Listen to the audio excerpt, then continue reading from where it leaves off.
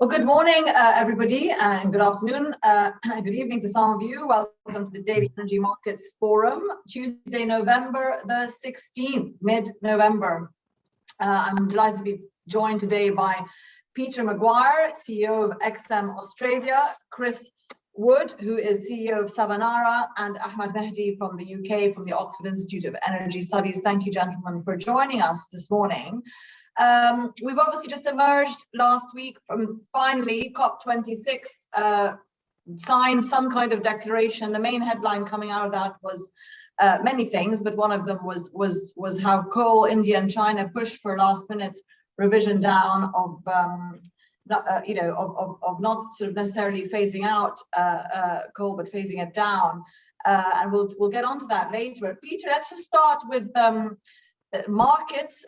This week you had the energy world meeting last week in countries at COP26. We've got the industry descended on Abu Dhabi this week, being allowed into ADIPEC, whereas they weren't really welcomed at COP26.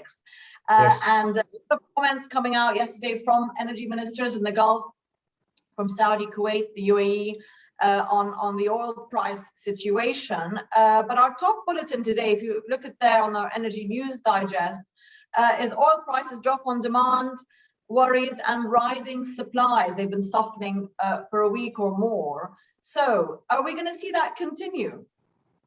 Well, good afternoon, everyone, or good morning, or wherever you are. Well, I think it was probably just a bit exhausted. I look from a trading perspective, it's back at 83 Brent, WTI sitting at 81.5 bucks. It was exhausted to the upside. It took a little bit of that steam out. The smart money ran to gold over the last week and a half. It's up best part of 100 bucks an ounce, bit over. So that's where the smart money played. You look at fast money, and fast money finds a home. The home had been exhausted as far as crude, and that's where I think the steam or all of the hot air really evaporated from it. We saw it back there a few bucks. And now it seems to be moving again to the upside. Remember on that also, don't take our eye off the ball as far as King Dollar. US dollar index shot the lights out at 16-month highs in the last couple of days. And we saw about a 95.5 handle. Who could have imagined it? So when we think about what we've experienced over the last couple of years, we've gone from 103 to 89, back to 95.5. And that momentum, we're talking taper, we're talking interest rates. And if you're a producer, you must be a very happy camper. Well, I mean, we had, as you said, the oil prices have sort of softened, but they're remaining supported despite what's happening with the dollar. We had at ADIPEC yesterday the CEO of Vitol, Russell Hardy, talking about prices and sort of projections that they may have. And he seemed to be pretty confident. He said that OPEC is still in full control, and we'll get onto that. Sure. But that prices will remain supported quite well into next year, all things remaining the same. Where do you think he got that confidence from, given that we're beginning to see some teetering on demand?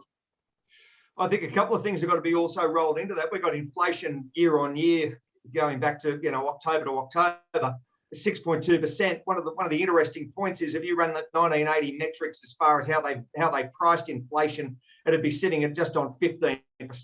So it's a frightening scenario for the consumer. The hurt to the wallet and the purse is just enormous. And you've got asset price appreciation, you've got higher food, energy, and you name it, nearly every utility, insurance being bid up. So the consumer's really being hit and strangled. Now, that really impacts, I think, many different components of any economy. But when we look at just how much with a COVID environment and where we're going as far as moving forward, to think that we've got many analysts saying a $90 handle and possibly even running out to a 121, moving up really 50% from here is frightening. So I don't know where 2022 plays, because when I look back over the last year and a bit, I've been down 40 bucks and I've been up to as far as 85 and everything in between. Okay, well, Peter, let's go to that. I do want to get back to the point of investment, and because that has been, obviously it's a fact that's been talked about for a long time, but it has really, crescendoed during COP and at ADIPEC yesterday. It's all about everyone saying we need to continue investing in oil and gas, regardless of transition plans. And that argument seems to be being made very confidently again. But Peter, let's go to demand and look at China. And one of those factors is the fact that it denied itself Australian coal and obviously got itself into a bit of a fix. Is it sort of sitting on its tail now or biting its own tongue? Where are we with that in the context of projections for the economy going forward? Are we seeing a slightly more positive turnaround as we end the year? Well, let's just look at the numbers, because I think the numbers tell the story. And if we look at the biggest coal consumers, we've got China at 82.27 exajoules of coal. Now, that's an enormous number, 80, just remember 82. The next largest is India at 17. Then we've got the United States at 9, Japan at 4.5, South Korea at 3, and Indonesia at 3.2, Russia at 3.2. So when you've got 3 to 17 as the headline numbers for those major economies, and then that's nothing else in between to 82 for China, then we can understand and appreciate their addiction to coal and coal-fired power plants. So really, there's no other player in the market. They're consuming their own, and then because as far as export, they don't export, and Australia exports 9.25 tons, exajoule tons. So China, they beat a drum to their own dance. And yeah, what do you really say about that? You know, that's just the reality of the numbers. As I said, the numbers don't lie. And I mean, just looking at sort of what's happened on sort of economic policy in the last sort of week or two, as the sort of Evergrande thing starts to diffuse a little bit. It's not over, obviously, but again, you know, the strict, stringent policies seen early this year by the government are starting to soften a little bit, at least temporarily, to try and, you know, relieve the crunch, if you like, the supply crunch that China's had with energy, the factories that face problems, etc. Do you see that continuing into 2022, or you know, and the whole sort of coming down on certain sectors in the economy? Where are we at with that? Well, if we just look at if you mentioned Evergrande, so let's just examine quickly the numbers, and I can nearly recite these. I haven't written anything down. You've got an industry, the property industry is 62 trillion with a T, dwarfs every other property market in the world. You've got 11 trillion with a T, unsold inventory. That equates to about 90 million with an M, 90 million apartments. So that gives us an idea. Then you've got the debt structures associated with Evergrande, and then you've got a third of it's just about 30% of their GDP as property. So all of those components and all of those players that make up that large sector of their economy, how many other Evergrandes are there? And then who are the debt lenders, or who's lending the money? And you've got, I believe, about 180 banks globally, and you've got 121 domestically that make up the footprint as far as who's supplying the capital for Evergrande. So if this does unravel, and I think it'll take time, how many other players out there have a similar debt structure? And then you're looking at what happens as far as the domestic economy internally in China, and naturally how we look at the debt holders across the globe and what impact it has to their business models moving forward. So yeah, I don't think we're out of the woods yet. I think 22 could be a very, very shaky year, and I feel as though volatility will be a key component as far as trading. Well, Peter, will the central banks now, given what we're continuing to see, you know, will there be an argument to be made by them or for them to act on the fact that, no, you know, even if it is temporary, let's act now for a year or so and try and slow things down, slow these prices down, and then have a position from which to retreat afterwards? I mean, do you think that will come into Fed policy or even central bank policy elsewhere? Well, it certainly you would think it should, and the ratcheting up of rates, how aggressive any central bank's prepared to be. The mortgage pain out there on Main Street is enormous, and the debt loads that the average consumer is holding, certainly if I use Australia as a test case, are extraordinary. And I do a little bit of work on a Saturday with a real estate firm, and I sat on the board there, and it's a local firm on the eastern beaches of Sydney, about 8 kilometres from the city. And we went to an auction, just to give everyone a heads up.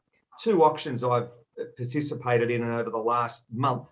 Both these properties sold within the last 12 and 14 months, and they both were up between 45 and 55% capital growth. So in a negative interest rate or a zero interest rate environment, that's frightening. And you can imagine the debt that families are holding. And now you've got many families that are stressed and issues as far as the performance of naturally moving forward, the growth of real estate. Do we see a correction? And that's what central bankers are very mindful of. Start ratcheting rates up, and how's that going to impact their domestic economy? The hurt factor on Main Street as far as the debt levels. Many companies are performing fairly poorly. I'm talking small companies in Australia. And yeah, it's going to be quite fascinating how it plays out. Peter, just to go to you to wrap up for today, and looking at the week ahead, the rest of the week, I should say, any figures, expected data of significance to push this market either way? Look, I think a couple of things, Dyala. First off, we've got a host of data: Japan, Bank of England, or pardon me, a little bit of BOE, certainly Canada, UK, US, and China. Now, wrapping all of that up, I'm keeping a close eye. That US dollar index has it got the potential to take, high 95s, and what does that do naturally to the market? So that push ups, we're at nearly 95.5, 95.6. Do we see a 96 handle by Friday? So that momentum, I think prices are going to be range bound. I'm not expecting any great breakouts on either side, to the downside or upside for energy. And I'm keeping a very close eye on the price of gold. So at the moment, that's where I think the focus is from a trading perspective. Equities are hitting all-time highs nearly every week, and leading into Christmas, maybe the Santa Claus rally is a little bit early, and does that maintain its momentum over the next matter of 4 to 5 weeks? And I mean, what would you say has triggered gold to rise $100 in the last couple of weeks, given that the dollar has been quite strong as well? I mean, and that we've still seen positive comments out of the economy there. I think the inflation story is very, very concerning to any trader. And I heard the likes of Paul Tudor Jones. I mean, that's going to be a great issue leading into 22. Where does inflation go? These guys are across the numbers. We all understand that, they're saying it's 6%, but look at, as I mentioned earlier, you look at those 1980 data and you use the same numbers, it's going to be double that and more. So that's, I think, the reality check. People are buying hard assets, and gold falls into that, certainly to silver. And I wouldn't be surprised to see a tear on both of those leading up to Christmas. I won't be surprised. Can't put a number out there, but, you don't move up 105, 106 bucks within, the best part of a week, because there's no momentum. So that's where I think the smart money is. Fast money finds a home, and that's where the home is at the moment. Okay, thanks very much, Peter. Of course, the inflation figures that we've seen come out of the US do not include a lot of factors, which energy included, and commodities. So, I mean, as you said, if you factor those in, we'd be looking at much bigger numbers. So, but thank you very much, gentlemen. We've run out of time for today. Peter McGuire, Chris Wood, and Ahmed Mahdi, thank you very much for joining us, and have a good remainder of the week. And for those at ADIPEC in the UAE, it's going to be a busy one. So enjoy, and let's see if any comments come out of that. Thanks very much, everyone, for joining.